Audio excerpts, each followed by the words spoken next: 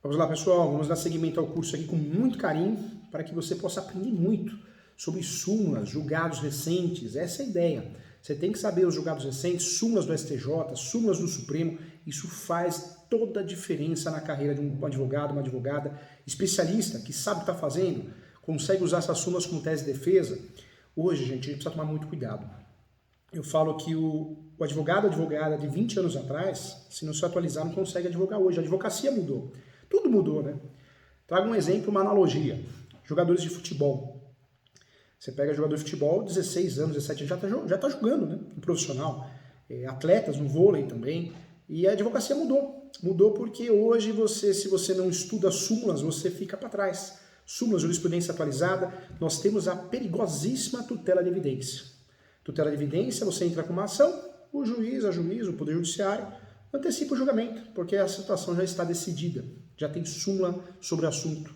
Ou IDR, incidências, demandas repetidas, ou repetidas, né, ou súmula vinculante. Pronto, você perdeu a ação, nem a citação teve. Olha o risco, olha o problema. Então, cuidado, tá? Vamos lá, vamos estudar um pouquinho aqui sobre os julgados. Pouquinho não, pocão, né? Aprofundar é muito, né? Não tá de pouquinho, não. Vamos lá, quero trazer alguns informativos de jurisprudência do STJ, tá? Sobre o tema que nos interessa muito. Então, vamos trazer aqui o 722 do STJ, tá? Nos interessa muito. Eu quero falar com você. No dia 26, recentemente, o Superior Tribunal de Justiça divulgou o seu primeiro informativo jurisprudencial da edição do número 722, que trouxe 2 julgados importantíssimos da terceira turma do STJ, como tema relevantes, pertinentes ao direito imobiliário, ao direito contratual, ao ramo do direito privado, que cuida, assim, das relações cíveis, das relações jurídicas desenvolvidas entre pessoas físicas e jurídicas e dos bens imóveis. Então, nós temos que saber. Vamos lá. Nesses julgados, gente, o que eu quero trazer para vocês dessas novidades? Nesses julgados foram debatidas, sim, a promessa de compra e venda de imóvel em condomínio e a cobrança de juros de mora no pagamento de aluguéis vencidos. Os temas são de importância total, né? De fato, é do dia a dia de quem atua no direito civil, no direito imobiliário. Os temas são de importância, de grande importância, de conhecimento para aqueles que advogam com matéria de direito civil e direito imobiliário. Então vamos conhecer, sim, esses temas importantes, essas atualizações jurisprudenciais que acabaram de sair do forno. Então vamos lá. Eu quero trazer para você o RESP, eu peço que você preste atenção, anote. O RESP 1918, 949.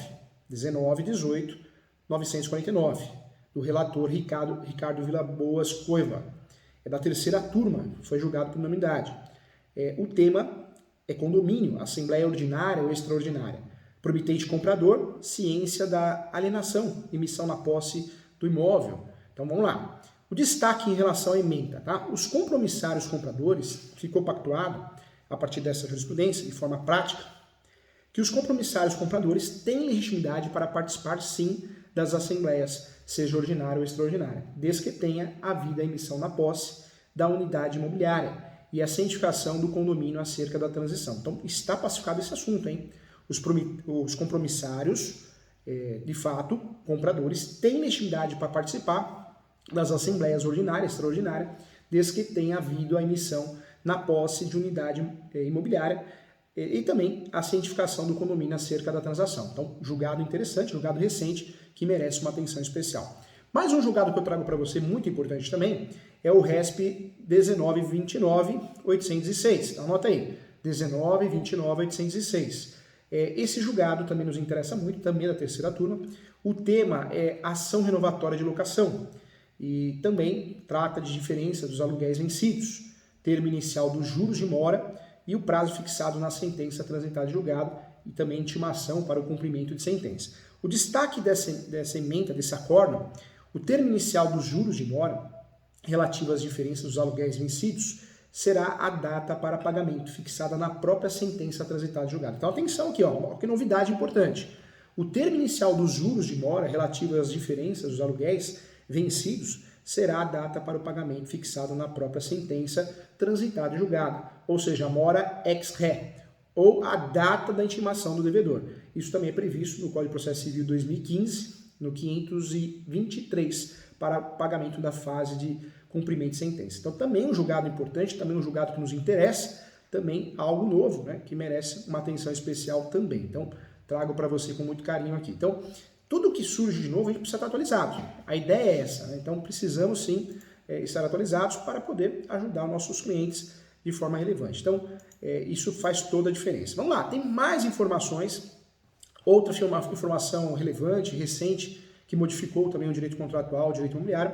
Recentemente o setor imobiliário continuou com novas e impactantes regras, seja no âmbito legislativo, seja na seara processual, não obstante, né, manifestações anteriores sobre o tema, inclusive manifestações contrárias também. Né?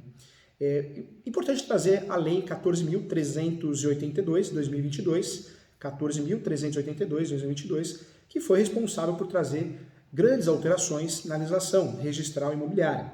A Lei 14.405, 2022, que alterou o artigo 1351 do Código Civil, ela facilitou a mudança de destinação de edifícios e unidades imobiliárias também, por fim, em virtude de um julgado do STJ, que foi publicado também há pouco tempo.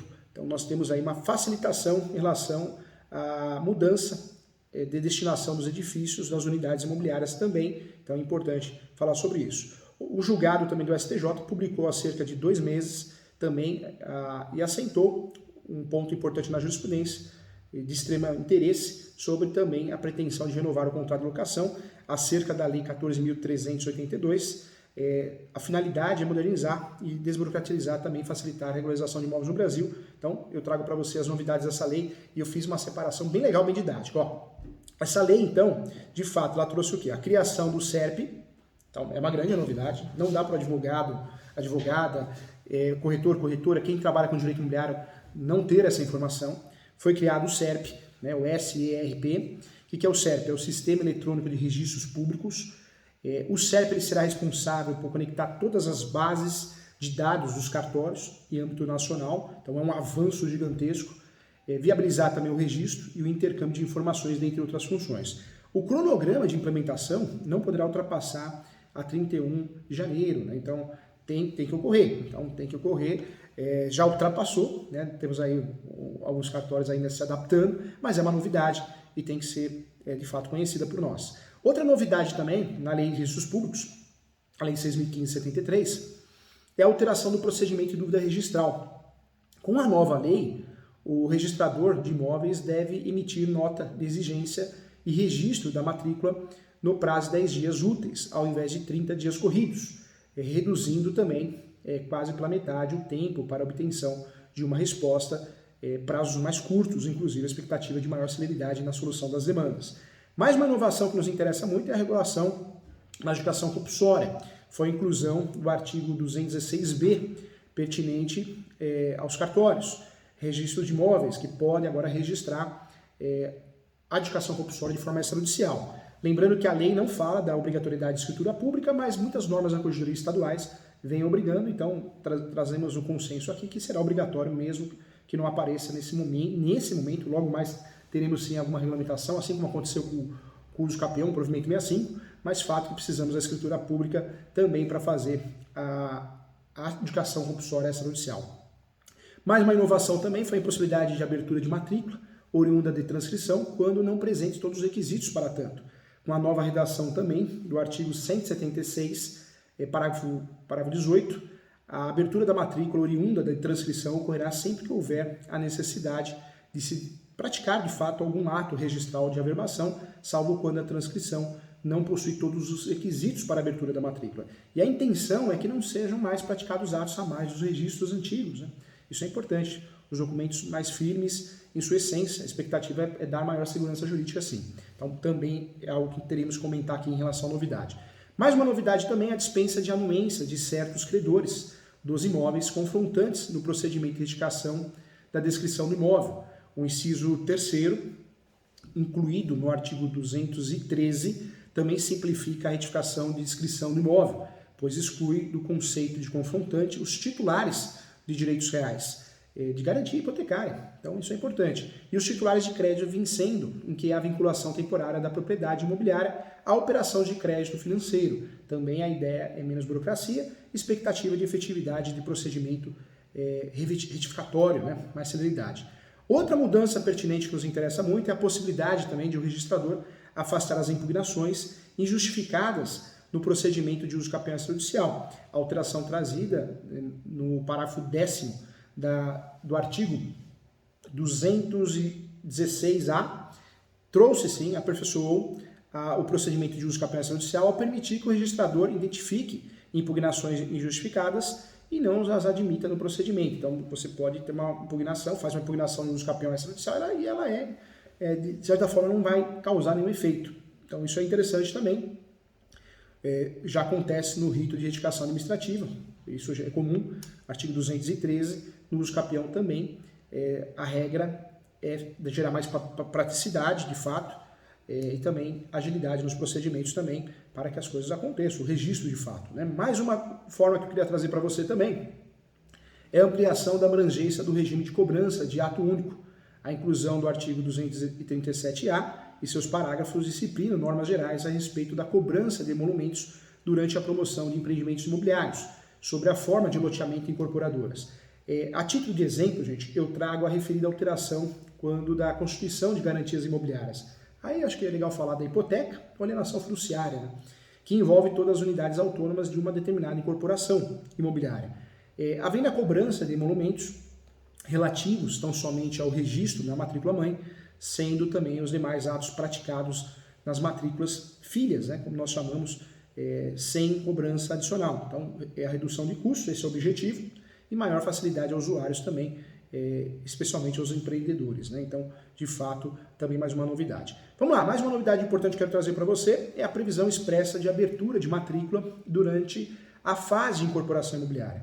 Com a inclusão também do artigo 237A, resta superada a discussão quanto à possibilidade de abertura da matrícula na fase de incorporação imobiliária. Então, trata-se de importante instrumento, previsão para uniformizar o procedimento registral, já que alguns estados, e aí eu trago o exemplo de São Paulo, né? São Paulo acho que é um exemplo, as normas de serviço da Corregedoria Geral de Justiça, lá no item 221, não permitiam que a abertura ocorresse enquanto não fosse promovida a averbação da construção do empreendimento. Então, também a ideia é gerar mais facilidade ao usuário e também procedimentos uniformes. Eu acho que o cartório precisa muito disso, né? Um estado faz de um jeito, o estado faz de outro. Então, isso, claro que tem o princípio da autonomia do cartório. O cartório é delegação do Tribunal de Justiça, é o judiciário atuando também, de certa forma, por delegação, mas a gente precisa de uma padronização para melhorar o atendimento. Não só nos cartórios, mas no judiciário também, né? Então, acho interessante isso também. Mais uma novidade importante que eu queria dividir com você é o procedimento extrajudicial de cancelamento do compromisso de compra e venda por falta de pagamento no registro de imóveis. Também foi incluído o artigo 251A, responsável pela ampliação da eu quero desjudicializar, né? Desjudicializar o cancelamento do cancelamento de compromisso de compra e venda por falta de pagamento. Então a ideia é essa, já a previsão para o cancelamento extrajudicial dos compromissos no âmbito de loteamento.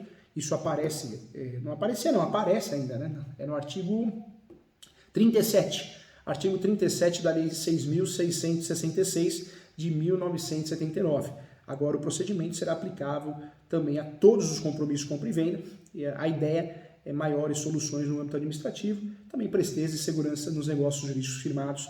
É interessante também, mais uma inovação. Mais um motivo que eu quero trazer para você, mais uma atualização. Novidades da Lei da Incorporação Imobiliária. A Lei 4.591, Lei de Incorporação Imobiliária, 4.591 de 64, nós também tivemos aí a simplificação das exigências para a averbação da extinção da afetação das unidades. Isso é interessante. Por que essa simplificação? A simplificação das exigências para a averbação da extinção da afetação das unidades não negociáveis, isso facilita muito, né? E essa é a ideia. Foi isso que aconteceu, essa alteração na lei. As mudanças contidas na lei alteraram, sim, o artigo 31E da Lei de Incorporação Imobiliária, passando, sim, a prever que com a quitação integral, preste atenção, com a quitação integral dos compromissos em relação ao agente financiador do empreendimento, e com a averbação de construção, ou seja, a afetação das unidades não negociáveis, será cancelada mediante a averbação sem conteúdo financeiro do respectivo termo de quitação na matrícula matriz do empreendimento ou nas respectivas matrículas das unidades imobiliárias eventualmente abertas. Então também mudança interessante, sai do forno, né? Mas gera maior praticidade sim, sem afetar a segurança jurídica, eu também acho interessante. Vamos lá, mais uma mudança que merece atenção, que é de fato a exclusão da obrigação do incorporador de encaminhar de forma trimestral, né, ou trimestralmente, informações aos adquirentes das incorporações a prazo e preço certo. A lei alterou isso, hein? Então atenção, hein? Você que trabalha muito com corporação, a lei alterou o artigo 43 da Lei 4.591, de 64, com a mudança dispositiva, a obrigação do envio de informações à comissão de representantes persiste tão somente no que tange ao envio demonstrativo do estado da obra e da sua correspondência com o prazo pactuado para entrega do conjunto habitacional, ou seja, do conjunto imobiliário, né? Então, fique atento. A modificação pretende adequar, sim, o dever de informação imposto ao incorporador ao direito, né, de proteção aos dados pessoais, assim ao envio de informações detalhadas dos adquirentes, que continua a ser um direito dos interessados, mas deixa de ser uma obrigação trimestral imposta ao incorporador. O dever persiste, sim, porém, que haja em lei prazo, né, para o cumprimento da obrigação, então também achei uma mudança interessante. Vamos lá, mais um ponto interessante, mais uma novidade, a intenção do curso é te atualizar, deixar você dentro da briga, dentro do jogo, de forma bem atualizada. Obrigatoriamente, nós temos sim uma situação importante, a obrigatoriedade da promoção da incorporação imobiliária para aqueles que realizam atividades de alienação de lote, objeto de parcelamento do solo, quando a alienação for vinculada à construção de casas. A lei também modificou o artigo 68 da Lei 4.591 de 64. As alterações promovidas passam a incluir, gente, no conceito de incorporação imobiliária, a alienação de lotes resultantes de parcelamento do solo, quando vinculada à construção de casas isoladas ou geminadas. Com a mencionada inclusão, aquele que lotear, né, desmembrar, mas realizar as alienações dos lotes vinculados às futuras edificações, ficará sujeito ao regime de incorporação imobiliária, sim, podendo inclusive se beneficiar do regime especial de tributação, acho que essa é a ideia também, e nesse caso a sujeição ao regime de incorporação imobiliária não resultará na instituição de condomínio edilício, então também o objetivo é a extensão do regime de incorporação imobiliária e maiores benefícios para todos. Né? Sobre a Lei 14.405, de 12 de julho de 2022, que foi oriunda da PL 4.000 de 2021, apresentada pelo senador Carlos, na época, Portinho, né? Em novembro de 2021. Ela modificou o artigo 1351 do Código Civil, que até então previa que a alteração da destinação do edifício ou da unidade imobiliária dependia da aprovação pela unidade dos condomínios. Agora a lei define a possibilidade, de fato, de mudança da destinação do edifício, da unidade imobiliária, pela aprovação de 2/3. 2/3, anote aí, 2/3. Então, a lei definiu a possibilidade de mudança da destinação do condomínio com a unidade ou da unidade imobiliária pela aprovação de 2/3. 2/3 dos votos dos condôminos, em assembleia, sob o fundamento de resguardar a função social da propriedade e a prevalecência do interesse coletivo também. Outro ponto também vale destacar que é a relevância da lei para o mercado imobiliário, uma vez que o setor experimentou forte oscilação nos últimos anos, né? Então relacionada a diversos fatores econômicos, geográficos. Então a ideia é essa, abrir e ajudar o mercado imobiliário. Então um avanço importante. A Lei 14.505 trouxe grandes alterações significativas de fato, né? Bem significativas de fato no mercado imobiliário. Isso porque os tribunais até o momento se posicionavam em sua maioria no sentido que o quórum para alteração da destinação do condomínio ou da unidade imobiliária deveria seguir disciplinado pelo Código Civil, ou seja, por unanimidade, mas isso mudou. Então, mudança importante que nos interessa muito. Então, veja, quantas mudanças importantes que nos interessam aqui, né? Então, importante. Vamos lá, falamos da súmula aqui então, vamos falar, repetindo aqui, tá? Vamos lá, tem que ser, de certa forma, dentro dessas mudanças, súmula 245 do STJ, notificação destinada a comprovar a mora nas dívidas de garantias por alienação fiduciária, dispensa a indicação do valor do débito, ok? Vamos lá, mais um assunto importante. Então, voltando, hein? Súmula 298 do STJ. O alongamento de dívida originada de crédito rural não constitui faculdade de instituição financeira, mas de direito do devedor nos termos da lei. Mais uma súmula que nos interessa do STF, agora do STF, mudou, hein? Essa súmula é muito interessante para nós. Prescreve a execução no prazo de prescrição da ação. Está estipulado, está resolvido isso. Súmula 150 do STF. Mais uma súmula do STF. 159, hein? A cobrança excessiva, mas de boa fé, não há lugar a sanções do 1531 do Código. Então, essa súmula ainda o entendimento prevalece, hein?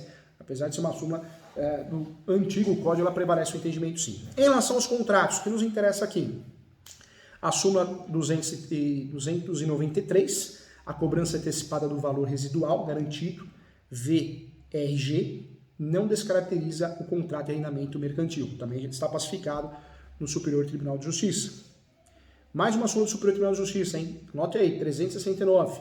No contrato de arrendamento mercantil, leasing, ainda que haja cláusula resolutiva expressa, é necessária a notificação prévia do arrendatário para construir o imóvel. Então tem que notificar. Súmula 369 do STJ, hein? Súmula 28 do STJ. O contrato de alienação fiduciária em garantia pode ter por objeto bem que já integrava o patrimônio do devedor. Eu já tinha falado aqui, inclusive o financiamento imobiliário, hoje eu posso financiar um imóvel dando um imóvel que eu já tenho em garantia. Então, essa súmula vem pactuar bem isso. Mais uma súmula que nos interessa, a 335 do STJ, nos contratos de locação, é válida a cláusula de renúncia à indenização das benfeitorias e ao direito de retenção. Apesar de a gente ter o artigo 49, né, que trata das nulidades, qualquer cláusula que seja criada no contrato para burlar a lei, essa súmula permite, nos contratos de locação, a renúncia à indenização e benfeitorias. Então, essa súmula do STJ é muito importante para quem atua com administração de imóveis, locação. A 335 do STJ é uma súmula importante, tá? Mais uma súmula que nos interessa, então, voltando nela, 541 do STJ, a previsão nos contratos bancários de taxa de juros anual superior ao décuplo da mensal é suficiente para permitir a cobrança da taxa efetiva anual contratada. Também isso nos interessa os financiamentos imobiliários. Mais uma súmula que nos interessa muito é a 539 do STJ, permitida a capitalização de juros com periodicidade inferior à anual em contratos celebrados com instituições integrantes do sistema financeiro nacional. Isso a partir do dia 31/3/2000. Já faz um tempinho, mas essa súmula, o entendimento permanece. A súmula 379 do STJ, nos contratos bancários não redigidos por legislação específica, os juros moratórios poderão ser fixados em até 1% ao mês. Também está pacificado isso. Súmula 402 do STJ. O contrato de seguro por danos pessoais compreende danos morais sim, salvo cláusula expressa de exclusão, ok? Essa súmula tem a ver com contrato de seguro, então 402 do STJ. Mais uma súmula importante, a 465 do STJ, hein? Ressalvada a hipótese de efetivo agravamento do risco, a seguradora não se extingue ao dever de indenizar em razão da transferência do veículo sem a sua prévia comunicação. Então, essa súmula é importante para quem atua com contrato seguro, súmula 465 do STJ. Mais uma súmula que nos interessa muito, a 537. Em ação de reparação de danos, a seguradora denunciada, se aceitar a denunciação ou contestar o pedido do autor, pode ser condenada direta e solidariamente junto com a seguradora ao pagamento de indenização devida à vítima nos limites contratados na pólice. Então, essa súmula também trata muito bem de uma relação de seguros, contrato de seguro, 537 do STJ. Outra súmula que eu queria falar com você também, que é a respeito de seguro também, mas nos interessa muito, é a súmula 529 do STJ. No seguro de responsabilidade civil facultativo, não cabe ajuizamento de ação pelo terceiro prejudicado direta e exclusivamente em face da seguradora do apontamento causador do dano. Então, também é importante. Mais uma súmula que nos interessa, a 210 do STJ. O suicídio não é coberto nos 2 primeiros anos da vigência do contrato de seguro de vida, ressalvado o direito do beneficiário à devolução do montante da reserva técnica formada. Então, já está pacificado esse assunto, súmula 610 também. 616 do STJ também, súmula também nos interessa muito, a indenização securitária é devida quando ausente a comunicação prévia do segurado acerca do atraso em pagamento do prêmio, por constituir requisito essencial para a suspensão ou resolução do contrato de seguro. A súmula 620, a embriaguez do segurado não exime a seguradora do pagamento da indenização prévia em contrato de seguro de vida, também nos interessa muito. Tá? Então, súmulas importantes. Mais uma súmula que eu quero tratar com você, que é a 632 STJ também, não poderia passar essa, hein? Nos contratos seguros, regidos pelo Código Civil, a correção monetária sobre a indenização securitária incide a partir da contratação até o efetivo pagamento. Também já está pacificado isso. Então, legal. Muitas súmulas nós estudamos aqui, súmulas que nos interessam muito, para que você possa ficar atualizado, tá? Outras súmulas que eu quero trazer para você, que também eu separei aqui em relação ao que pode aparecer dentro dos contextos contratuais, eu quero trazer para você também a súmula 322 do STJ também, que para a repetição do indébito nos contratos de abertura de crédito em conta corrente não se exige a prova do erro. Tá? Então também acho que ficou pacificado, um caso recente aqui no escritório também, nós conseguimos ganhar com base nessa súmula. Mais uma situação importante, a súmula 332 do STJ, a fiança prestada sem autorização de um dos cônjuges, essa interessa é fiança, hein? Atenção, você quer saber tudo sobre fiança, tem que saber dessa súmula. Contrato, fiança, fiador. Súmula 332, 332 do STJ, a fiança prestada sem autorização de um dos cônjuges implica a ineficácia total da garantia, ok? Então, está estipulado, hein?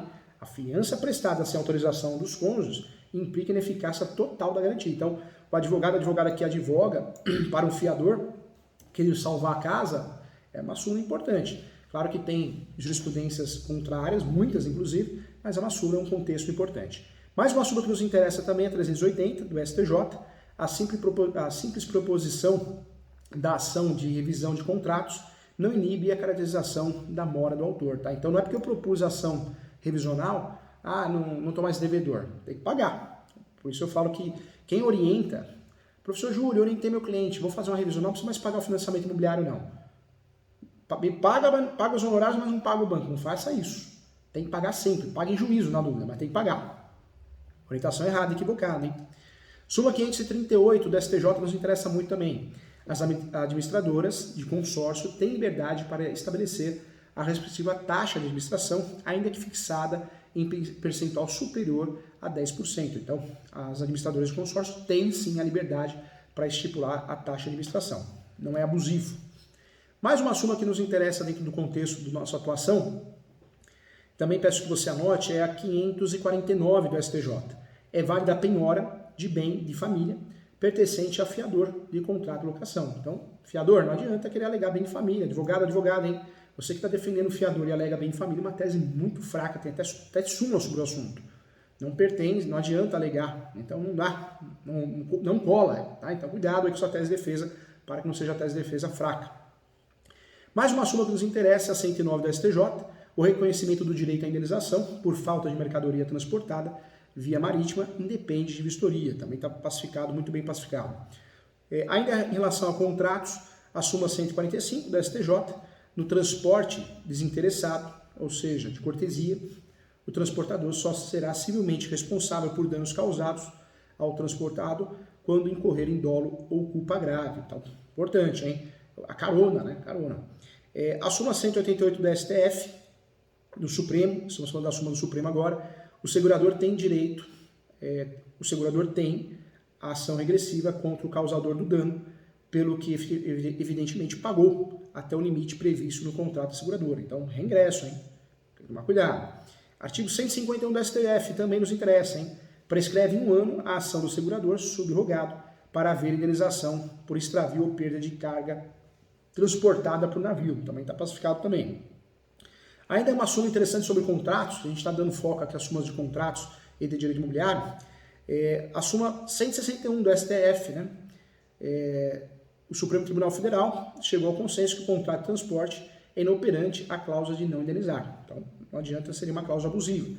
E, por último, a súmula 187 do STF, que é a responsabilidade contratual do transportador pelo acidente com o passageiro não é ilidida por culpa de terceiro contra o qual tem ação regressiva. Então, súmulas importantes que, de fato, deixam o advogado acima do nível, né, da média, porque você consegue usar essas súmulas como uma tese da exordial, da petição inicial, mas também como tese de defesa. Então, súmulas importantes. Eu agradeço a você que acompanhou o curso com muito carinho, muito obrigado e até a próxima.